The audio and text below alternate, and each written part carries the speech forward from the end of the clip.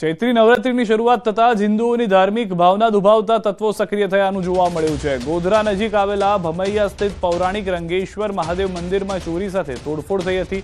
મહાદેવના મંદિરમાં અસામાજિક તત્વોએ શિવલિંગની પંચધાતુની જળધારીની ચોરી કરી છે। ચોરીથી ન અટકાતા આ તત્વોએ મંદિરમાં મૂર્તિને પણ નુકસાન પહોંચાડ્યું છે।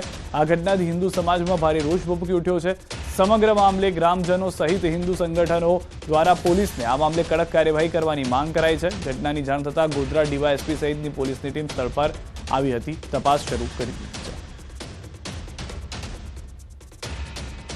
જેથી કરીને અમારા ગામના સમસ્ત ભક્તોના હિન્દુઓની લાગણી જેની સાથે જોડાયેલી છે એવી માતાજીની મૂર્તિને આજે તોડી નાખી છે। એટલે સમસ્ત ગામ ગહેરા શોકમાં છે અને હિન્દુઓની લાગણી ખૂબ જ દુભાયેલી છે અમારા ગામના। જેથી કરીને અમારા ગામના એક ભાઈ પોલીસ ફરિયાદ આપવા માટે ગયેલ છે અને પોલીસને નમ્ર વિનંતી છે કે આવા અસામાજિક તત્વો વિરુદ્ધ કાયદેસરની કાર્યવાહી કરે। તે ખોટી વસ્તુ થઈ છે અને લોકોની ધાર્મિક લાગણી દુભાઈ છે, એ અનુસંધાનમાં પોલીસ સાથે રહીને આની યોગ્ય કાર્યવાહી થાય અને અત્યારે સીસીટીવીની બધાની શોધવાની શોધખોળ ચાલી રહી છે અને ટૂંક સમયમાં પોલીસ ખાતાએ એવી બાંયધરી આપી છે કે ભાઈ થોડા સમયમાં આપણે જે તે વ્યક્તિ આ કાર્ય કર્યું છે, જે ખોટું કર્યું છે, ત્યાં હિન્દુ સમાજની લાગણી દુભાઈ છે, એને અમે યોગ્ય પકડીને યોગ્ય કાર્યવાહી કરશું એના પર। ભરૂચના ભોલાવ વિસ્તારમાં ગટરમાંથી માનવ શીશ મળી આવતા ચકચાર મચી છે। નજીકના અંતરે ગટરમાંથી તપાસ દરમિયાન માનવ મૃતદેહના અંગો મળી આવ્યા હતા। શરીરના અંગો એક જ મૃતકના હોવાનો અંદાજ છે। પોલીસ દ્વારા લગાવવામાં આવ્યો છે અંદાજ। ભરૂચ સી ડિવિઝન પોલીસ ઘટના સ્થળે પહોંચી તપાસ હાથ ધરી ચૂકી છે। પોલીસે આસપાસના વિસ્તારમાં તપાસ હાથ ધરી છે। છોટાઉદેપુરના ગુડા ગામે ભાભી સાથેના આડા સંબંધમાં મોટા ભાઈની હત્યા કરવામાં આવી છે। મોરસન રાઠવાની પત્ની બલીબેનનું દિયર શંકરભાઈ સાથે આડા સંબંધો હતા। નાના ભાઈ શંકરને ભાભી સાથેના આડા સંબંધમાં મોટો ભાઈ મોરસન આડખીલી બનશે તેવી આશંકા હતી, જેથી ઘરની બહાર સૂઈ રહેલા મોટા ભાઈના માથાના ભાગે અને મોઢાના ભાગે પરાઈના ઘા ઝીકી નાનો ભાઈ ફરાર થયો હતો। ઘટનાની જાણ થતાં જ પોલીસે મૃતદેહને પીએમ અર્થે ખસેડી ફરાર આરોપીની શોધખોળ હાથ ધરી છે। ગણતરીના કલાકોમાં જ પોલીસે આરોપીને ઝડપી કાયદેસરની કાર્યવાહી હાથ ધરી છે। ગુડા ગામે આજે એક BNS 103 મુજબનો મર્ડરનો ગુનો બનેલ છે, જેમાં આ મર્ડરના કામના આરોપીએ તેના મોટા ભાઈનું મર્ડર કરેલ છે। આ તરફ દ્વારકાથી સમાચાર। કલ્યાણપુરના સતાપર ગામે દંપતીનો આપઘાત। પતિ પત્નીએ સજોડે ઝેરી દવા પી આપઘાત કર્યો। અગમ્ય કારણોસર આપઘાત કરીને મોતને વહાલું કર્યું। બંનેના મૃતદેહને જામખંભાળિયાની સિવિલ હોસ્પિટલ ખાતે પીએમ અર્થે ખસેડાયા। બંને મૃતક બારડોલીના મોવાજી ગામના દંપતીય હોવાનું સામે આવ્યું છે। કલ્યાણપુર પોલીસે આપઘાત અંગે તપાસ હાથ ધરી છે।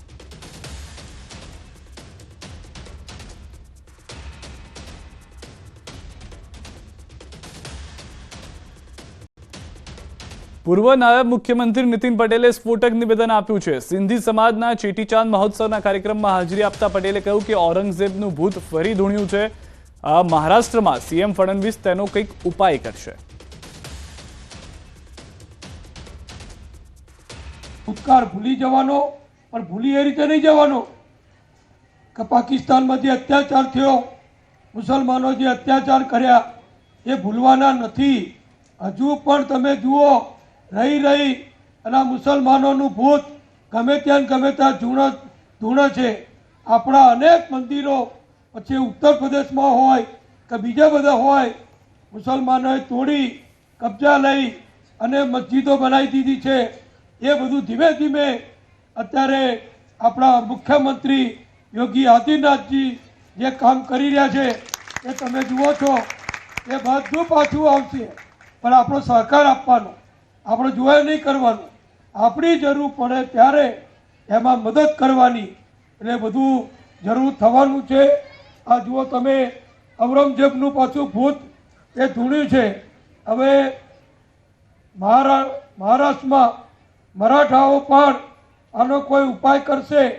દેવેન્દ્ર ફડણવીસ આપણા મુખ્યમંત્રી એ પણ ઉપાય કરશે। એટલે ભૂતકાળના જે કલંક, આપણે કોઈનો વિરોધ નથી, પણ જે લોકોએ આપણા ઉપર અત્યાચાર કર્યો, આપણી બેન દીકરીઓને આબરૂ લૂંટી, આપણી દીકરીઓને ઉપાડી જઈ ધર્માંતર કરાવી, ફરજિયાત લગ્ન કર્યા, એ જે કાળો કલંકરૂપ જે ભૂતકાળ છે એ ભૂતકાળ તો આપણે બધાએ ભૂલી જવાનો છે। તો નીતિન પટેલના નિવેદન પર કચ્છના યોગી દેવનાથ બાપુએ પ્રતિક્રિયા આપી છે. તેમણે કહ્યું કે નીતિન પટેલે આ વાત ખૂબ જ સરળ શબ્દોમાં રજૂ કરી છે. વર્તમાન સમયમાં દેશમાં થઈ રહેલો વિવાદ એનો નીતિનભાઈ પટેલે ખૂબ જ સરળ શબ્દોમાં વર્ણન કર્યો છે. જે મોગલ શાસકોના સમર્થક છે, જે ઔરંગઝેબને પોતાનો બાપ માને છે, એ સનાતન ધર્મના વિરોધી જ નહીં, એ ભારતના અને ભારતીય સંસ્કૃતિના વિરોધી છે. જે ઔરંગઝેબના અત્યાચારો હતા એ ભૂલવા ન જોઈએ. કેન્દ્રીય જળશક્તિ મંત્રી અને ગુજરાત ભાજપ પ્રદેશ અધ્યક્ષ સી.આર. પાટીલ આદિવાસી જિલ્લા એવા ડાંગની મુલાકાતે આવ્યા, જ્યાં તેમણે ડાંગ જિલ્લા ભાજપના મધ્યસ્થ કાર્યાલય કમલમનું ખાતમુહૂર્ત કર્યું હતું. આ પ્રસંગે તેમની સાથે સંગઠન મંત્રી રત્નાકરજી ખાસ ઉપસ્થિત રહ્યા હતા. સી.આર. પાટીલે કાર્યકરોને સંબોધતા કહ્યું કે ઉનાળામાં ડાંગ જિલ્લાના લોકોએ પાણી માટે ભટકવું પડે છે, ત્યારે જળશક્તિ મંત્રાલય દ્વારા દિલ્હીથી એક પ્રોજેક્ટ તૈયાર કરવામાં આવી રહ્યો છે, જેનાથી લોકોને પૂરતું પાણી મળી રહે. સાથે વિપક્ષ પર પણ પાટીલે આકરા પ્રહાર કર્યા હતા. આવા ડાંગના તમામ લોકોને બારે માસ પાણી મળે ને 2-3 પાક લઈ શકે એ પ્રકારની વ્યવસ્થા કરવા તરફ જઈ રહી છે. કેટલાય લોકો એમાં પથ્થર નાખવાનો પ્રયત્ન કરશે, કેટલાય લોકો આદિવાસી ભાઈ બહેનોને ઘેરમાં કે દોરવાનો પ્રયત્ન કરશે, અને કેટલાય લોકો પોતાનું હિત સાધવા માટે આદિવાસી ભાઈ બહેનોને ઉશ્કેરવાનો પ્રયત્ન પણ કરશે. મારી આપ સૌને વિનંતી છે. ભાવનગરથી સમાચાર. મહુવાના જંગલ વિસ્તારમાં લાગી છે આગ. પાલીતાણા હસ્તગીરી ડુંગર પર આગ લાગવાનો બન્યો છે બનાવ. ફોરેસ્ટના રેવન્યુ વિસ્તારના જંગલમાં આગ લાગી છે. પાલીતાણા હસ્તગીરી ડુંગર અને આસપાસના વિસ્તારમાં શેડ્યુલ 1, શેડ્યુલ 2 સહિતના વન્ય પ્રાણી વસવાટ કરે છે. આગ ખૂબ જ વિશાળ પ્રમાણમાં પ્રસરી જવાને કારણે આ આગ ગામ તરફ આગળ ન વધે તે માટે પાલીતાણા ફાયરની ટીમ ગણધોલ ગામ નજીક સ્ટેન્ડ બાય રાખવામાં આવેલ છે. તાજેતરમાં જ સિંહનો વસવાટ પાલીતાણા અને આસપાસના રેવન્યુ વિસ્તારમાં ખૂબ જ વધ્યો છે.